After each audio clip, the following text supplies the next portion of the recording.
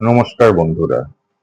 আজকের এই ইন্টারনেটের যুগে দাঁড়িয়ে আমরা একটা সবচেয়ে বড় এবং সবচেয়ে নিষ্ঠুর সত্যের মুখোমুখি হয়েছি। আমরা মানুষ হিসাবে জন্ম নিচ্ছি, আমাদের ডিগ্রির সংখ্যা দিন দিন বাড়ছে, ব্যাংক ব্যালেন্স বাড়ছে, আমরা প্রযুক্তির জোরে চাঁদে পৌঁছে যাচ্ছি। কিন্তু দিন শেষে আমরা আমাদের ম্যানার্স বা শিষ্টাচার, ভদ্রতা আর ন্যূনতম মানবিকতার বোধটাই ভুলে যাচ্ছি। আজকের দিনে আপনি রাস্তাঘাটে চলুন কিংবা সোশ্যাল মিডিয়ার কমেন্ট সেকশনে যান, চারিদিকে শুধু অহংকার, ঔদ্ধত্য, অন্যকে ছোট করার বিকৃত মানসিকতা আর এক চরম অসহিষ্ণুতা। একজন সমাজবিজ্ঞানীকে যদি আপনি এই বিষয়ে জিজ্ঞাসা করেন, তারা হয়তো একটা চেনা থিওরি আউড়ে বলবেন যে এটা গ্লোবালাইজেশনের সাইড এফেক্ট বা স্ট্রেসফুল লাইফস্টাইলের ফল। কিন্তু আজ আমরা এইসব চেনা লজিক একপাশে সরিয়ে রেখে কথা বলবো একদম একজন জ্যোতিষীর দৃষ্টিভঙ্গি থেকে। আমরা দেখব মহাজাগতিক শক্তির কোন গভীর অবক্ষয়ের কারণে মানুষ আজ মনুষ্যত্বের সবচেয়ে বড় গয়না অর্থাৎ এই ভদ্রতা আর সৌজন্য বোধটাই হারিয়ে ফেলছে। আমরা বোঝার চেষ্টা করব মানুষ তো হচ্ছি, কিন্তু ম্যানার্স ভুলছি কেন। এটা স্রেফ গ্রহের অবক্ষয় নাকি আমাদের চেতনার ধস? বন্ধুরা, আমরা তো ভাবি ম্যানার্স মানে খুব কায়দা করে ইংরেজি বলা বা ডাইনিং টেবিলে কাঁটা চামচ দিয়ে টেবিল ম্যানার্স দেখানো। কিন্তু আসল ম্যানার্স বা ভদ্রতার সংজ্ঞাটা কি জানেন? আসল ম্যানার্স হলো অন্য কোনো মানুষের বিন্দুমাত্র অসুবিধা বা ক্ষতি না করে নিজের জীবনটা শান্তিতে ও পরম আনন্দে যাপন করা। স্বাধীনতা মানে এই নয় যে আমার যা ইচ্ছা আমি তাই করব, আর আমার সেই আচরণের জন্য আমার পাশের মানুষটার জীবন পুরো নরক হয়ে যাবে। একজন জ্যোতিষী হিসাবে যখন আমি মানুষের এই চরম স্বার্থপর আচরণগুলো দেখি, তখন বুঝতে পারি এটা স্রেফ নাগরিক সচেতনতার অভাব নয়, এটা হলো আমাদের জন্মছকের দ্বিতীয় ভাব অর্থাৎ বাণী ও সংস্কার, তৃতীয় ভাব অর্থাৎ প্রতিবেশী ও চারপাশের পরিবেশ, এবং চতুর্থ ভাব অর্থাৎ মনের শান্তির ওপর রাহু ও মঙ্গলের এক আসুরিক আক্রমণের ফল। আসুন আজ আমাদের চারপাশে এমন কিছু চরম বাস্তব ও প্রতিদিনের ম্যানারলেস উদাহরণের মুখোমুখি দাঁড়াই, যা আমাদের রোজকার সামাজিক জীবনকে একেবারে নরক বানিয়ে তুলছে।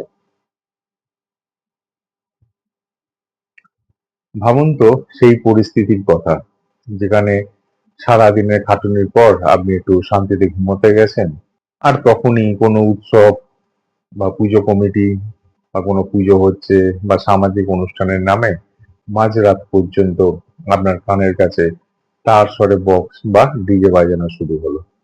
একেই বলে সেই মাইকের তাণ্ডব। পাশের বাড়িতে হয়তো কোনো হার্টের রোগী ছটফট করছেন, কোনো পরীক্ষার্থী হয়তো পরদিন ভোরে জীবনের এক মস্ত বড় পরীক্ষা দিতে যাবে। তো সেই চন্দ্রের শান্ত স্নিগ্ধ পরিবেশটাকে মঙ্গলের উগ্র ও কর্কশ আওয়াজ দিয়ে পুরোপুরি ধূলিসাৎ করে দেওয়া হচ্ছে। ঠিক একইভাবে কোনো কারণ ছাড়াই অসময়ে বা মাঝ রাস্তায় সরু গলির ভেতরে বিকট শব্দে বাজি ও পটকা ফাটানো হচ্ছে। ঘরের ভেতরের অবলা পোষা প্রাণীটা যে আতঙ্কে খাটের নিচে কাঁপছে, কিংবা বৃদ্ধ মানুষটার বুকটা যে হঠাৎ কেঁপে উঠছে, সেই সাধারণ হুঁশটুকুই যেন আজকের মানুষের মন থেকে পুরোপুরি উবে গেছে। একটু ভালোভাবে খেয়াল করলেই দেখতে পাবেন লাখ লাখ টাকা খরচা করে তৈরি ঝাঁ চকচকে দেওয়ালে, ফুটপাতে বা পাবলিক সিঁড়ির কোণে মানুষ মনের সুখে পান বা গুটখার পিক আর থুতু ফেলছে। জ্যোতিষশাস্ত্রে এই নোংরা তরল হলো কেতু ও রাহুর নেতিবাচক এনার্জি, যা চারপাশের সমস্ত পজিটিভ ভাইব্রেশনকে নিমেষে নষ্ট করে দেয়। শুধু তাই নয়, ফ্ল্যাটের বা বাড়ির কমন প্যাসেজ, যা সবার হেঁটে চলা সাধারণ রাস্তা, সেখানে নিজের ঘরের নোংরা জুতো রাখছেন, আবর্জনার বালতি বা অপ্রয়োজনীয় বস্তা জমিয়ে রেখে অন্যের স্বাভাবিক পথ আটকে দেওয়া হচ্ছে। তারপরে ধরুন নিজের বারান্দা বা জানলা দিয়ে নিচে তামাকের ছাই, চিপসের খালি প্যাকেট কিংবা ভিজে কাপড়ের নোংরা জল নিচে না দেখেই ফেলে দেওয়া হচ্ছে, যাতে নিচের প্রতিবেশীর পরিষ্কার ঘর বা কাঁচা জামা কাপড় পুরোপুরি নষ্ট হয়ে যায়। আধুনিক ফ্ল্যাট কালচারে আরেকটা যন্ত্রণা হলো মাঝরাতে আসবাবপত্র টানাটানি বা দৌড়াদৌড়ি। গভীর রাতে যখন গোটা দুনিয়া স্তব্ধ, তখন ঘরের মেঝেতে ভারী খাট টানা হচ্ছে, চেয়ার টেনে ঘষ্টানো হচ্ছে বা বাচ্চাদের দিয়ে মেঝেতে ভারী বল খেলানো হচ্ছে, যাতে নিচের তলার মানুষের রাতের ঘুমে 12টা বেজে যায়। এবারে ধরুন নিজের গাড়ি বা বাইকটা এমন কায়দায় প্রতিবেশীর মেন গেটের সামনে পার্ক করা হচ্ছে, যাতে অন্য কারোর গাড়ি জরুরি দরকারে বের করার বা ঢোকানোর কোনো উপায় না থাকে।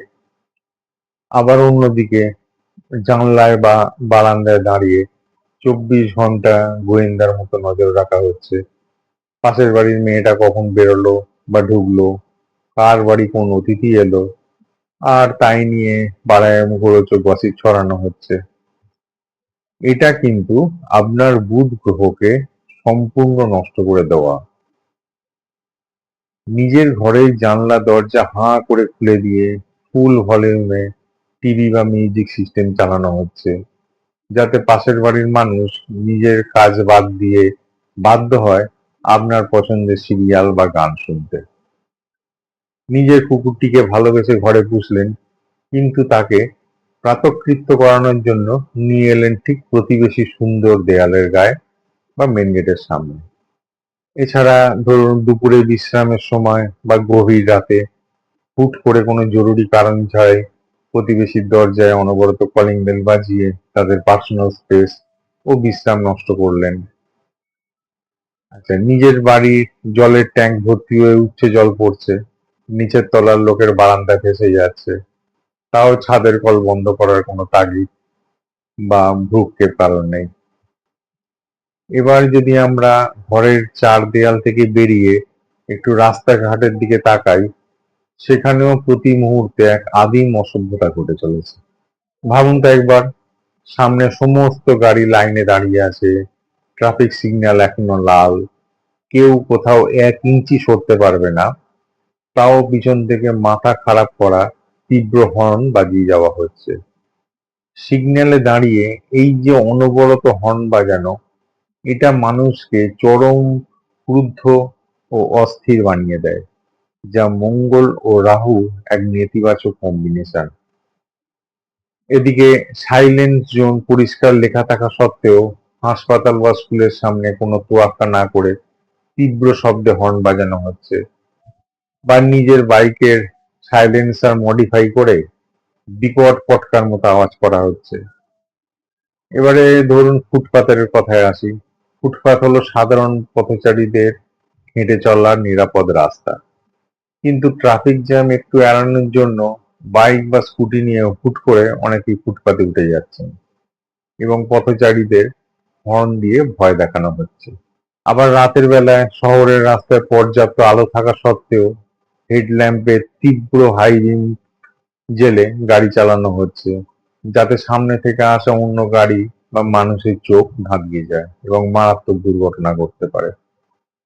এছাড়া বাস, অটো বা নিজের দামি এসি গাড়িতে বসে চিপসের প্যাকেট, কোল্ড ড্রিঙ্কসের খালি বোতল বা কলার খোসা অবলীলায় রাস্তার উপর ছুঁড়ে ফেলা হচ্ছে।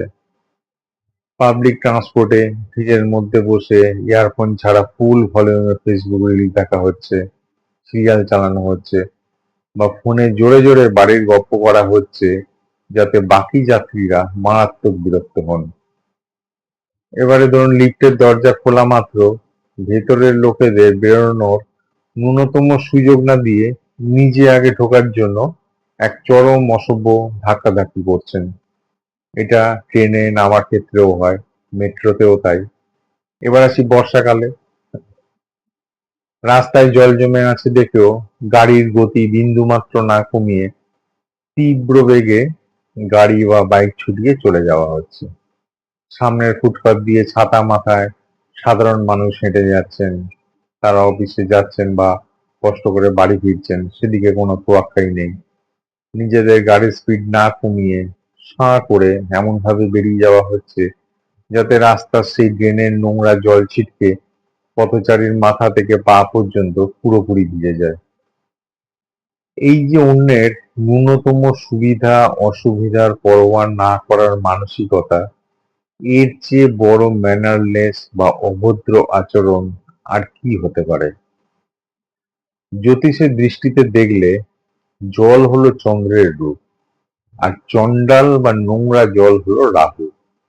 আপনি যখন জেনে শুনে সেই নোংরা রাহু মার্কা জল অন্য একটা নিরপরাধ মানুষের গায়ে ছিটকে দেন, তখন আপনার নিজের ছকের শনি অর্থাৎ কর্মফল মারাত্মকভাবে ক্রুদ্ধ হয় এবং ক্ষতিগ্রস্ত হয়। বন্ধুরা, এই যে পরিস্থিতিগুলো আমরা প্রতিদিন চোখের সামনে ঘটতে দেখছি, এর পেছনে কাজ করছে এক গভীর মনস্তাত্ত্বিক ও জ্যোতিষীয় খেলা। অনেকে হয়তো এই অজুহাত দেবেন যে গরিব বা অভাবী দেশের সাধারণ মানুষ তো বোঝে না, তাই না জেনে করে ফেলেছে, এটা শিক্ষার অভাব। কিন্তু আজকের এই 2026 সালে দাঁড়িয়ে যার হাতে একটা সস্তা স্মার্টফোন আছে, সেও খুব ভালো করে জানে যে কোনটা ঠিক আর কোনটা ভুল। গায়ের ওপর ড্রেনের নোংরা জল ছিটকে দিলে যে সামনের লোকটার কাপড় চোপড় নষ্ট হয়, সে মনে কষ্ট পায়, এটা বোঝে না এই মুহূর্তে সমাজে এমন বোকা কিন্তু আর কেউ নেই। এটি আসলে শিক্ষার অভাব নয়, এটি হলো এক পরম আধ্যাত্মিক দেউলিয়াপনা, যা মানুষের ভেতরের শনি আর বৃহস্পতিকে নষ্ট করে দিচ্ছে। খালি জেনে শুনেও মানুষ কেন এই অভদ্রতাগুলো করে? জ্যোতিষের গভীর তত্ত্বে সমাজকে বিশ্লেষণ করলে দেখা যায় আমাদের চারপাশে মূলত দুই ধরনের মানুষ এই ম্যানারলেস আচরণগুলো করছে। এর রুট কজ বা মূল কারণ দুটো সম্পূর্ণ আলাদা।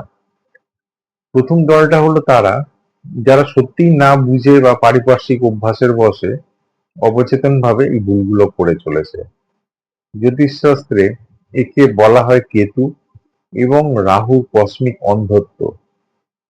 এরা জন্ম থেকেই দেখছে তাদের পরিবারে বা চারপাশে বাসের হ্যান্ডেল ধরে ঝুলতে হচ্ছে, লাইনে ধাক্কা মারতে হচ্ছে, ট্রাফিকে অনবরত হর্ন বাজছে, আর ঘরের লোক দেয়ালে থুতু ফেলছে। তাদের অবচেতন মনে এই আচরণগুলোই নর্মাল বলে প্রোগ্রাম হয়ে গেছে।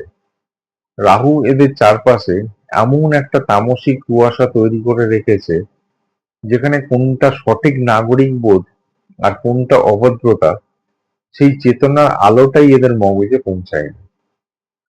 এদের কুষ্ঠিতে বুধ বা বৃহস্পতি এতই দুর্বল যে নিজের আচরণের কারণে অন্য একটা মানুষের যে কষ্ট হতে পারে বা অসুবিধা হতে পারে, সেই কমন সেন্স বা বোধটাই এদের ভেতর জন্ম নেয়নি। আর এবার আসি ওই দ্বিতীয় দলটার কথায়, যারা সব বুঝেও স্রেফ নিজের ফ্রাস্ট্রেশন বা বিকৃত আনন্দের জন্য অন্যের ক্ষতি করে। এদের কুষ্ঠিতে মঙ্গল আর রাহু চরম বিকৃত অবস্থায় আছে। এই ধরনের মানুষগুলোর মনের ভেতর এক ধরনের সুপ্ত ক্ষোভ আর হিংসা কাজ করে। তারা যখন নিজেদের অভাব বা জীবনের না পাওয়াগুলোর দিকে তাকায়, তখন তাদের অবচেতন মন এক অদ্ভুত বিকৃত আনন্দ খুঁজতে শুরু করে। তারা ভাবে, আমি তো প্রতিদিন কষ্ট করছি, তো রাস্তায় হেঁটে যাওয়া ওই ভদ্রলোক ভালো কাপড় জামা পরে শান্তিতে যাবে কেন? দাও ওর গায়ে নোংরা জল ছিটকে। এই যে অন্যকে বিপদে ফেলে বা অন্যের মানসিক শান্তি নষ্ট করে নিজের ক্ষমতা জাহির করা, এটা হলো এক চরম আসরিক ফ্রিকোয়েন্সি। তারা জেনে শুনেই আইন ভাঙতে ভালোবাসে, জেনে শুনেই হসপিটালের সামনে হর্ন বাজায়, কারণ তাদের দুর্বল ও টক্সিক রোগী মনে করে এটাই বোধহয় তাদের ক্ষমতা বা বীরত্ব। এটা অন্ধত্ব নয়, এটা হলো জেনে শুনে করা এক সামাজিক অপরাধ। কিন্তু বন্ধুরা, এবার একটা চরম বিপজ্জনক সত্যি কথা বলি, যা শুনলে আপনাদের বুক কেঁপে উঠবে। আমরা ভাবি রাস্তায় কেউ নোংরা জল ছিটকে দিল বা মাঝরাতে তার স্বরে ডিজে বাজালো, তাতে বড়জোর পাশের মানুষটার একটু সাময়িক ক্ষতি বা বিরক্তি হলো। কিন্তু একজন জ্যোতিষী হিসাবে যখন আমি একটা দেশের কালেকটিভ এনার্জি বা একটা অঞ্চলের কালেকটিভ এনার্জি বা সমষ্টিগত এনার্জি গ্রিডের দিকে তাকাই, তখন দেখা যায় এই সামান্য মনে হওয়া অভদ্রতাগুলোর কারণে একটা গোটা দেশের ভাগ্যে চরম মহাজাগতিক বিপর্যয় নেমে আসে। এর ফলে একটা দেশের তিনটি মস্ত বড় ক্ষতি হয়। প্রথমত, দেশের চতুর্থ ভাগ ধ্বংস হয় এবং মানসিক অশান্তির মহামারী দেখা দেয়। যে কোনো দেশের জন্মছকের চতুর্থ ঘরটি হলো সেই দেশের সাধারণ মানুষের সুখ, শান্তি, সন্তুষ্টি এবং মানসিক স্থিতিশীলতার প্রতীক। আর এই ঘরের মূল কারক গ্রহ হলেন চন্দ্র। যখন একটা দেশে অনবরত হর্ন বাজানো, মাইকের তাণ্ডব বা জোরে গান চালানোর মতো ঘটনাগুলো রোজকার অভ্যাসে পরিণত হয়, তখন ওই দেশের বাতাসে চন্দ্রের সেই শান্ত স্নিগ্ধ ফ্রিকোয়েন্সিটা পুরোপুরি ধ্বংস হয়ে যায়। তার জায়গা নেয় রাহুর তীব্র অস্থিরতা।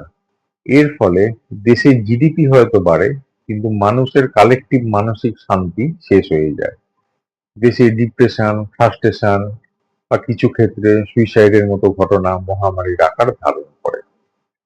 মানুষ ভালো গাড়ি বাড়িতে চড়েও ভেতরে ভেতরে এক চরম অতৃপ্ত ও খিটখিটে জাতিতে পরিণত হয়।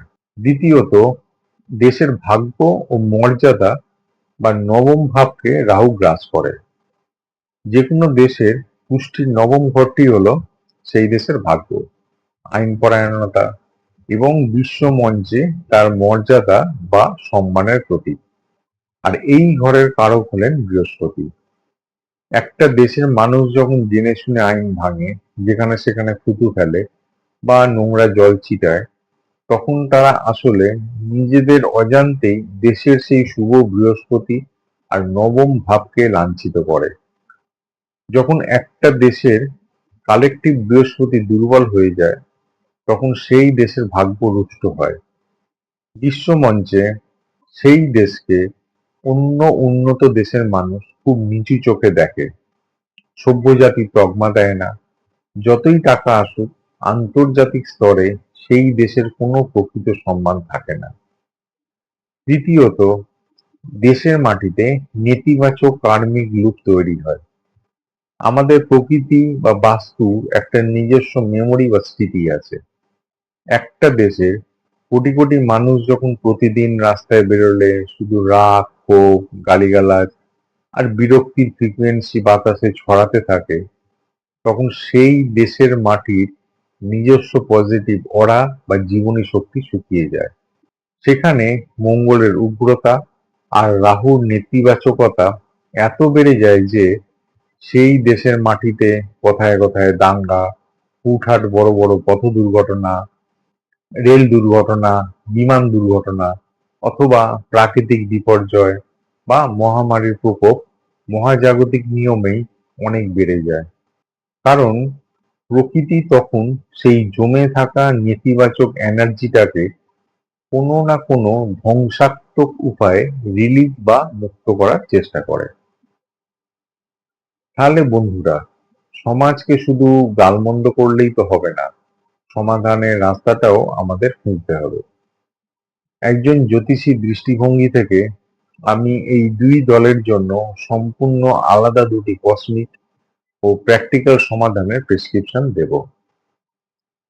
যারা না বুঝে অভ্যাসের বশে অসচেতনভাবে ভুলগুলো করছে, তাদের উন্নত করতে প্রয়োজন বৃহস্পতি অর্থাৎ সঠিক জ্ঞান ও কড়া সামাজিক অনুশাসনের আলো। এদের উন্নত করতে গেলে সবার আগে প্রশাসনের তরফ থেকে কড়া আইন ও জরিমানার ব্যবস্থা করতে হবে। যখন রাস্তায় নোংরা ফেলা বা ফুটপাতে বাইক তোলার জন্য পকেট থেকে বড় অঙ্কের ফাইন যাবে, তখন মানুষের অবচেতন মনের সেই ঘুমন্ত বুধ আর বৃহস্পতি ধাক্কা খেয়ে জেগে উঠবে। ভয় থেকেই ধীরে ধীরে সচেতনতা জন্মাবে। এদের বোঝাতে হবে যে অন্যের প্রতি একটু সহানুভূতি দেখালে নিজের পুষ্টির চন্দ্র আর বৃহস্পতি ভালো হয়, যা দিন শেষে তাদের নিজেদের ভাগ্যকেই উন্নত করবে। আর ওই দ্বিতীয় দলটা, যারা সব বুঝেও স্রেফ নিজের বিকৃত অহংকারের জন্য অন্যের ক্ষতি করে, এদের উন্নতির রাস্তাটা একটু কঠিন। এদের নিজেদের এই বিকৃত মানসিকতাটা আগে আয়নার সামনে দাঁড়িয়ে স্বীকার করতে হবে।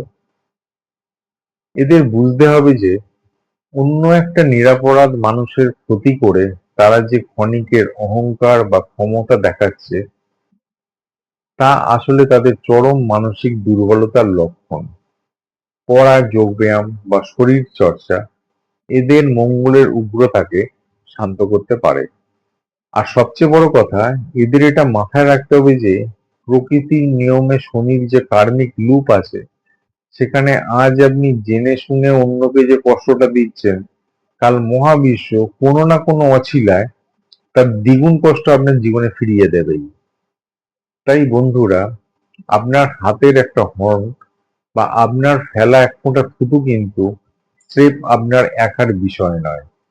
ওটা দিয়ে আপনি আপনার দেশের ভাগ্যটাকেও ধীরে ধীরে অন্ধকারের দিকে ঠেলে দিচ্ছেন। আপনি যখন নিজের ক্ষণিকের আনন্দের জন্য অন্য কারোর মানসিক শান্তি কেড়ে নেন, তখন মহাজাগতিক নিয়মে আপনার নিজের ভাগ্যেই এক মস্ত বড় নেতিবাচক কার্মিক লুপ তৈরি হয়। পরের বার রাস্তায় বেরোলে বা সিগন্যালে হর্ন বাজাবার আগে একবার বুকে হাত দিয়ে ভাববেন, আমার এই কাজের জন্য আমার পাশের বা চারপাশের কোনো মানুষের অসুবিধা হচ্ছে না তো? যদি না হয়, তবেই আপনি একজন খাঁটি ম্যানার সম্পন্ন মানুষ। ডিগ্রি আপনাকে সফল করতে পারে, কিন্তু একটা সুন্দর ম্যানারই আপনাকে একজন খাঁটি মানুষ করে তোলে।